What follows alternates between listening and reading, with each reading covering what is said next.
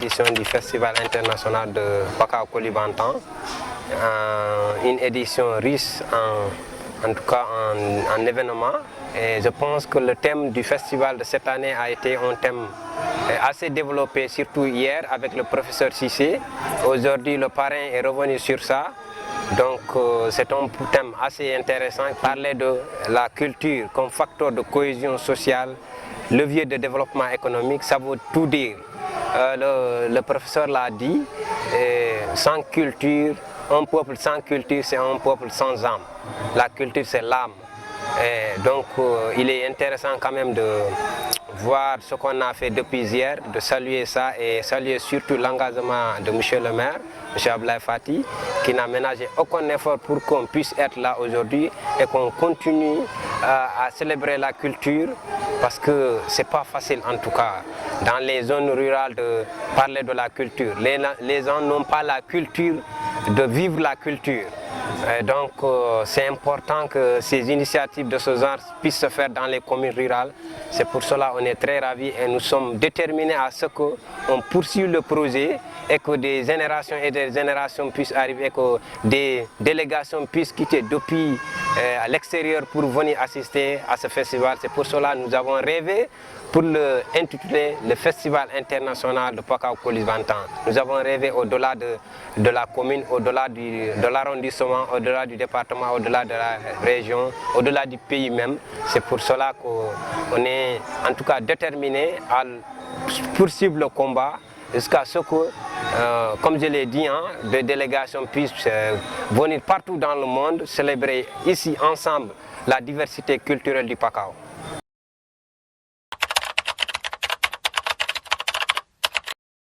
Il y a des difficultés, tout début est difficile, comme on a l'habitude de le dire.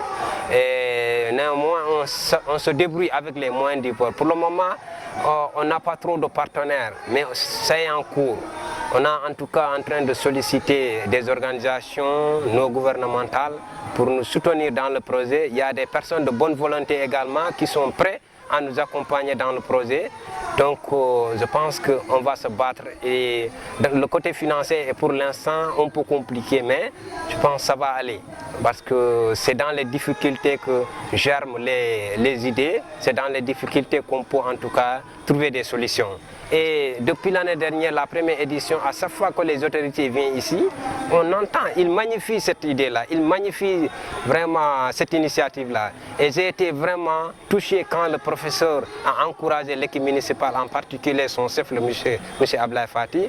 Je me suis dit, donc, on a un fils de la commune qui nous encourage déjà dans cette lancée-là. Donc je me suis encore revigoré, comme on dit. Je me dis, en tant que président, je vais redoubler d'efforts à ce que vraiment ce projet-là puisse se pérenniser dans les années à venir.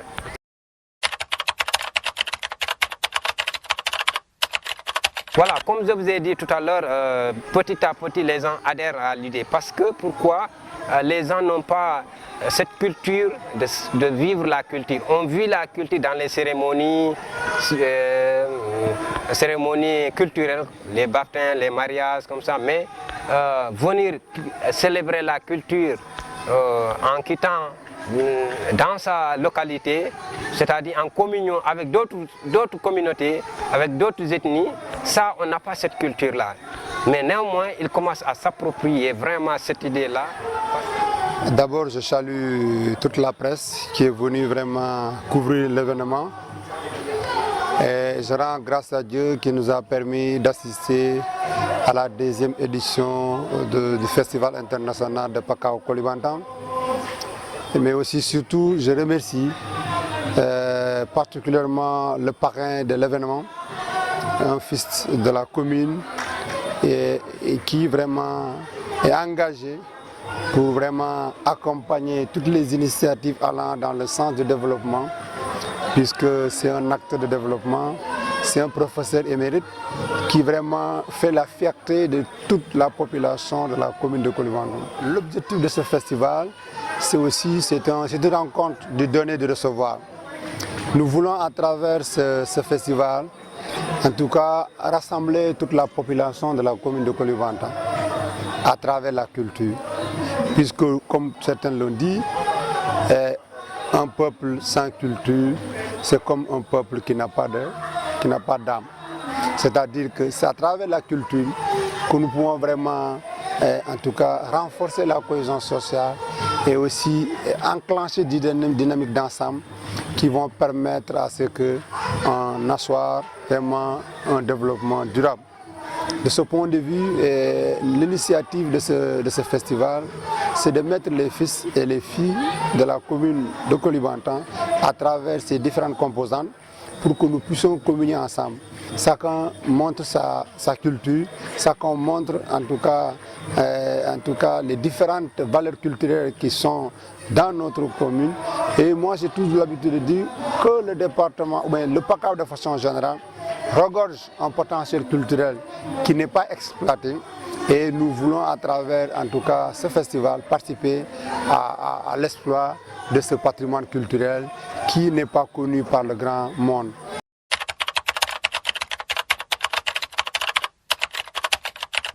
C'est des phénomènes sociaux auxquels tous les décideurs devront faire face. Et ça passe par les actes de sensibilisation. Aujourd'hui, des discours qui sont portés ici par des porteurs de voix. Aujourd'hui, quand un professeur aborde cette question, quand un maire aborde cette question, ce n'est pas de la même façon qu'un citoyen simple l'aborde.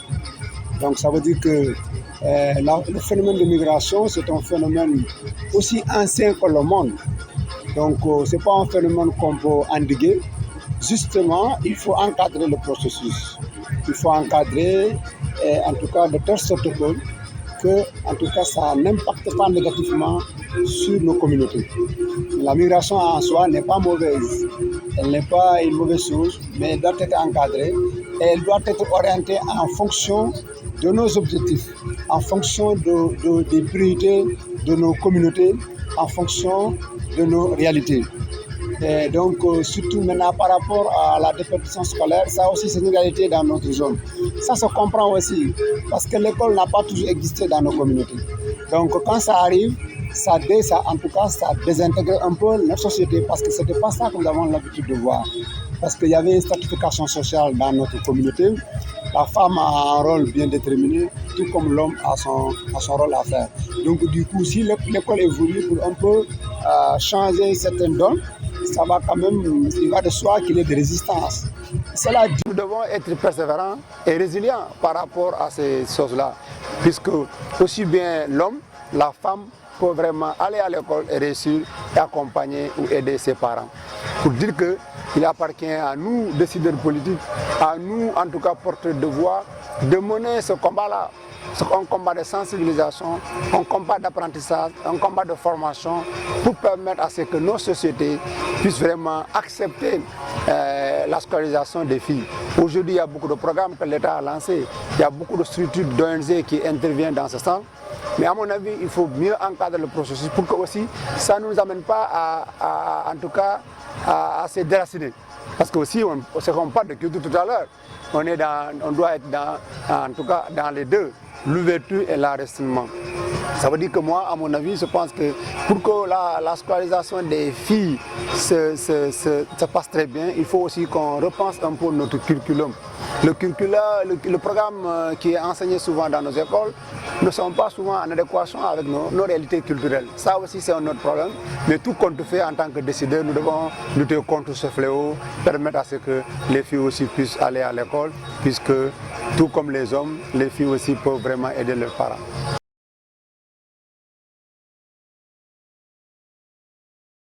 Comme j'ai dit lors de mon discours, moi jusqu'après ma nomination, j'ai tout fait pour aller à l'étranger, aller rencontrer les communautés qui sont là-bas, qui sont originaires de la commune. Et ça nous a en tout cas permis de mettre aujourd'hui sur pied une association communale.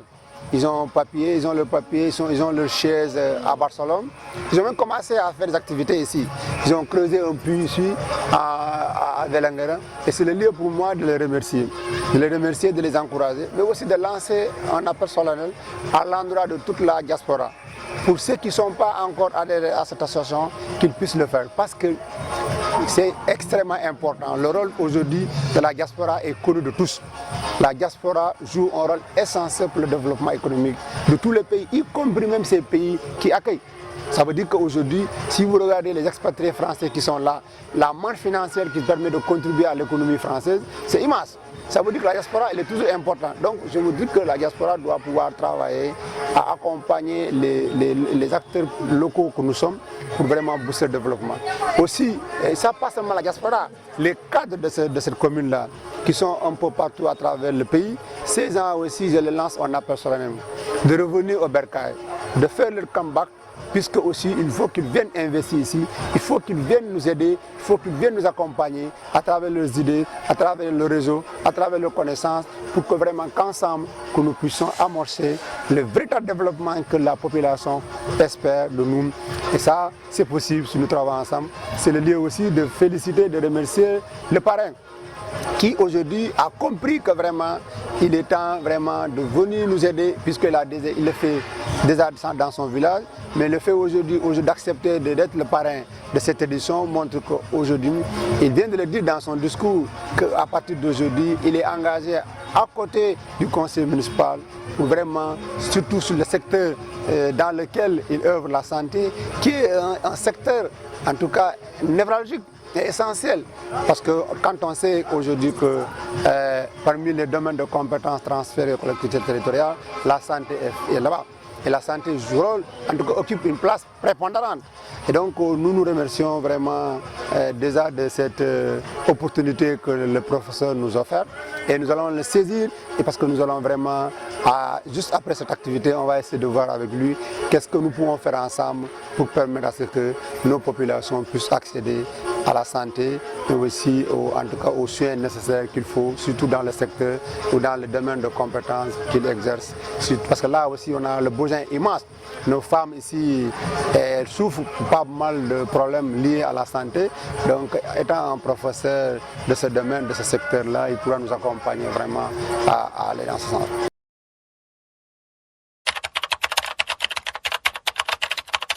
L'appel que je lance à l'endroit des autorités par rapport à ça, c'est vraiment d'accélérer le processus, d'accélérer les travaux. La commune de Koulibantang est très fatiguée en tout cas par le manque d'infrastructures routières. C'est une commune qui est enclavée, surtout pendant l'hivernage. C'est une commune qui est presque coupée du reste du monde et du pays surtout. Donc, et puis ça amène comme quoi un problème de ravitaillement de nos populations. Parce que les commerçants ou les camions qui sont censés transporter le matériel, ils ont des difficultés pour accéder ici.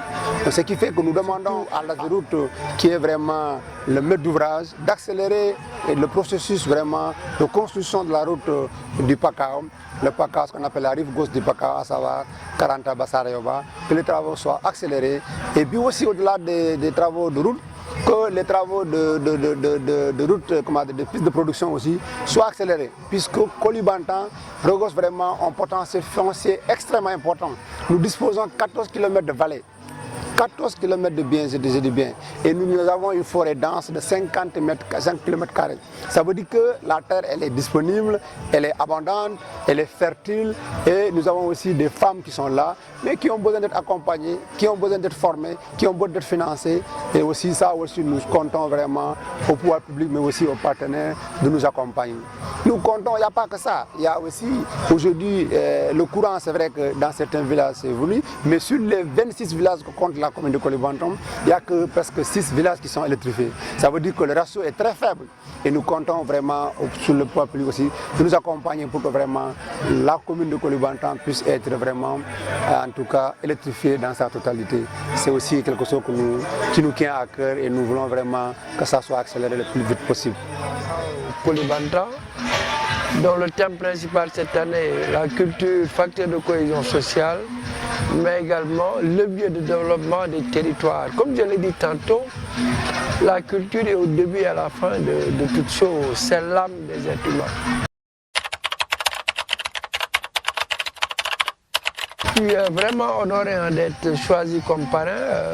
Je sais qu'il y a peut-être d'autres personnes beaucoup plus méritantes que moi, mais moi, ce que je tiens à dire, c'est que je suis un pur produit de l'école sénégalaise. J'ai étudié ici, j'ai grandi ici. Tout ce que j'ai eu, c'est mon pays qui me l'a donné. Je pense qu'on peut bel et bien réussir au Sénégal sans pour autant tenter une aventure incertaine telle que l'immigration. L'immigration dans notre zone-là, elle est extrêmement élevée. Je pense que ce n'est pas un moyen ici parce que quand même, dans la commune de Pakao-Koulibantang, il y a des terres qui sont cultivables. Ces terres, lorsqu'elles sont cultivées 365 jours sur 365, peuvent générer des emplois, peuvent générer également de la fortune pour ceux et celles qui veulent rester ici.